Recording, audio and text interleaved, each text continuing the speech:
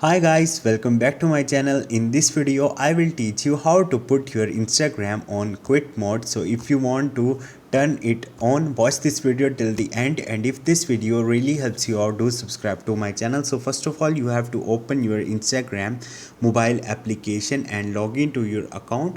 Once you will log into your account, you have to click on the profile from the right bottom. Now you are in your profile.